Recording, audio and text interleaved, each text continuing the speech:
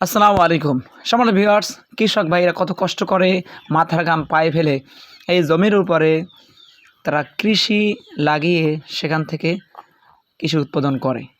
আর সেই কৃষি নিয়ে যদি দেশের ভিতরে ষড়যন্ত্র করে কেউ, সেটা কি শহর মতো?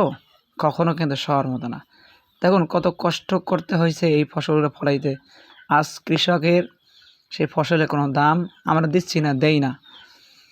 এরকম এক সময় আসবে কৃষকরা তার খেতে ফসল লাগাবে না, আর ফসল হবে না, আর আমাদের হাজার টাকা দিয়ে ফসল ক্রয় করে খেতে হবে।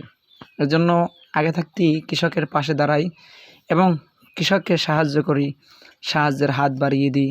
ঠিক আছে, কৃষক বাঁচবে তো দেশ বাঁচবে। কৃষক যদি নাই বাঁচে, দেশকে আপনি কীভাবে বাঁচিয়ে রাখবেন?